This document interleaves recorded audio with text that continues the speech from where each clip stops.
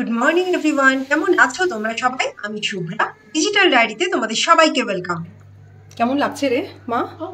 ভালো লাগছে। তোমাকে আমি ফলটা আর রাবড়িটা পরে দিচ্ছি। হ্যাঁ, এখন তো তোমার টিউশন ক্লাস, খেয়ে নাও, তাড়াতাড়ি খেয়ে টিউশন ক্লাস অ্যাটেন্ড করো। বাবাকে ওষুধ দিচ্ছ? হ্যাঁ, সানডে, কোনো অসুবিধা তো নেই। বাবা রোদ পোহাচ্ছ? হ্যাঁ, সেই বাবা ওইখানে রোদ পোহাচ্ছে। শীতের রোদ বেশ সুন্দর লাগে না? ডাইরেক্ট এখানে রোদটাও পড়ছে ভালো করে। হ্যাঁ, খুব রোদ। সেটাই, শীতকালে এটাই দরকার। বাবার ওষুধও চলে এসছে।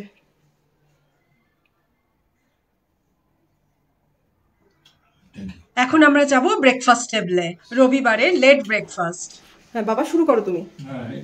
হ্যাঁ, তুমি চলে এসো, দিয়ে দিয়েছি। রুটি, ডিমের ভুর্জি, লাচ্ছা, রাবড়ি আর সাথে আছে নাশপাতি। বাবাকে একটু দুধও দিয়ে দিয়েছি কাপে। বাবা রুটির থেকে ব্রেডটাই পছন্দ করে খেতে, তো বাবাকে ব্রেড দিয়ে দিয়েছি। না বসো, খেয়ে বলো ঠিকঠাক হয়েছে কিনা। আমি এখন আর কেক দিলাম না, তুমি কেক বলছিলে। কেকটা সন্ধেবেলায় চায়ের সঙ্গে খেও। এই যে আমি নিয়ে আসছি। মেহাকে দুখানা রুটি দিলাম। মেহা একটা মানে 1.5খানা রুটি খেলো, হাফ রুটি রেখে দিয়েছে। ভালো হয়েছে না? রাবড়িটা খেয়ে বলো। লাচ্ছা রাবড়ি না?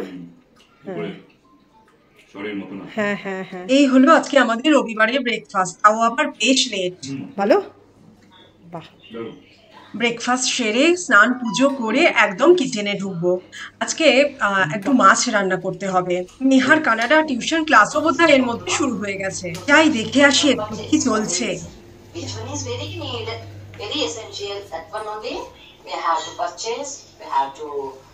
ಪೇಟೆಯಲ್ಲಿ ವಸ್ತುಗಳನ್ನು ಖರೀದಿಸು. Okay, they are telling ಖರೀದಿಸು. Yes, we need, no, that's why you purchase.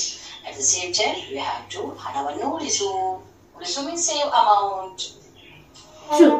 Okay? Yeah. Yeah. Good. Super. Nice lesson. Yeah. It's very pretty lesson. স্নান পুজো কমপ্লিট করে চলে এলাম এখন কিচেনে। এই ডালটা একটু শুকিয়ে নিচ্ছি। আমরা এটাকে বলি ডাল শুকনো। দারুণ লাগে খেতে আমাদের সবার। 2 দিন আগে আমার কুক ডাল ফ্রাইটা বানিয়েছিল। একটু পুরনো হয়ে গেছে আর খেতে ভালো লাগছে না, তাই এটাকে শুকিয়ে নিচ্ছি। একটু ঘি শেষে দিয়ে দেবো। টেস্টটা এত ভালো লাগে কি বলবো। আমাদের বাড়িতে ডাল কখনো ফেলা যায় না, সে বাসি বা পুরনো হোক বা টেস্ট খারাপই হোক, সব সময় ডাল শুকনো বানিয়ে নিই। আর সাথে একটু ঘি অবশ্যই লাগবে। এটা এত ভালো লাগে আমাদের সবার যে কখনো কখনো আমি ফ্রেশ ডাল বানিয়েও ডাল শুকনো বানিয়ে নিই। অ্যাকচুয়ালি এই রেসিপিটা না বাবার, মানে আমার শ্বশুর মশাই, বহু বছর আগে তার এক কলিগ তাকে নিমন্ত্রণ করে এই পদটি খাইয়েছিলেন। এত ভালো লেগেছিল বাবার খেয়ে যে জেনেও নিয়েছিল কিভাবে করে এটা। তখনই বাবা বলল, এটা ফ্রেশ ডালের করলে ভীষণ উপাদেয় হয়, আর বাসি বা পুরনো ডালের করলেও খেতে খুব ভালো লাগে। তার বন্ধুটি তাকে বলেছেন, তাই যে কোনো ডাল দিয়েই মাঝে মাঝেই আমরা ডাল শুকনো বানিয়ে নিই।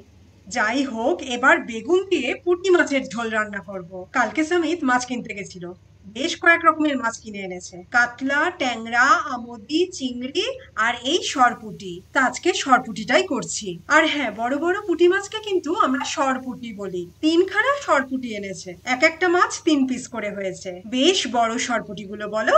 কালকেই এই কড়াইয়ে মাছগুলোকে ভাজিয়ে রেখেছিলাম আমার কুককে দিয়ে। আজকে ওই মাছ ভাজার তেলেই বেগুনগুলো ভেজে নিয়ে মাছের ঝোল করব। আর হ্যাঁ, মাছের ঝোলে না আমি সবসময় এই সরু সরু লম্বা লম্বা বেগুনগুলো ইউজ করি, বেশ গোটা গোটা থাকে, ঘেটে যায় না। এদিকে ডালটাও মাঝে মাঝে একটু নাড়িয়ে নিচ্ছি, সাথে 2টো কাঁচা লঙ্কাও চিড়ে দিয়ে দিলাম।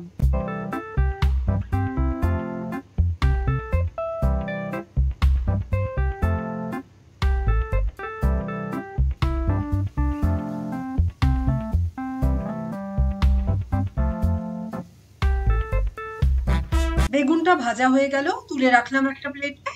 এদিকে ডালটাও একদম ঘন হয়ে গেছে, একদমই প্রায় শুকিয়ে গেছে। এবার একটু ঘি দিয়ে নাড়িয়ে নামিয়ে নেব। ব্যাস, আমার ডাল শুকনো রেডি হয়ে গেল।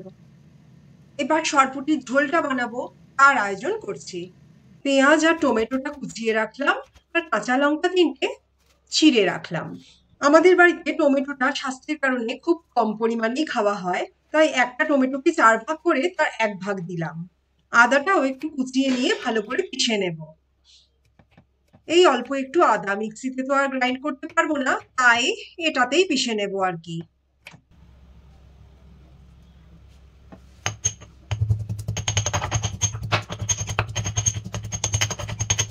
আদা তো পেষা হলো, এবার এর সঙ্গে একটু হলুদ গুঁড়ো, জিরে গুঁড়ো, ধনে গুঁড়ো, লঙ্কা গুঁড়ো মিশিয়ে একটু জল দিয়ে একটা পেস্ট তৈরি করে নিলাম।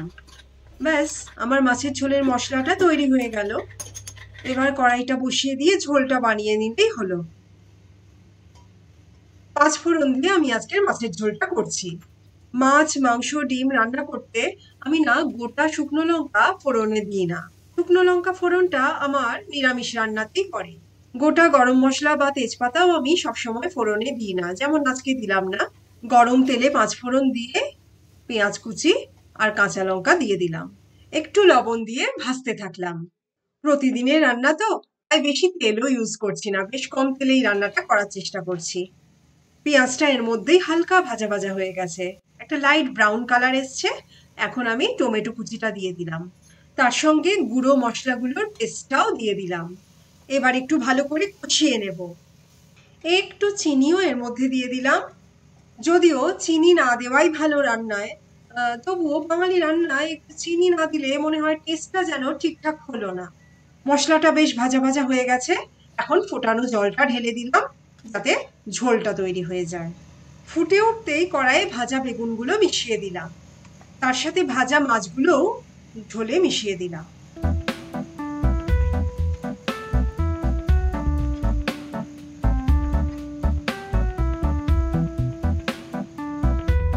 এবার মাছ বেগুন শুদ্ধ ঝোলটা বেশ কিছুক্ষণ ফুটিয়ে নিলাম, শেষে গরম মশলা গুঁড়ো দিয়ে নামিয়ে নিলাম।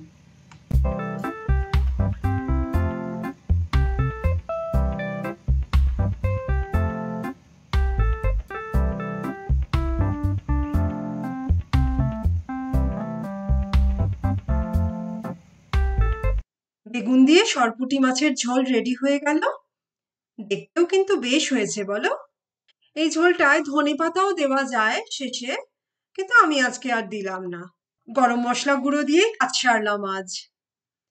মাছের ঝোল হলো, ভাত তো আগেই হয়ে গেছে, এবার খেতে দিয়ে দেবো সবাইকে।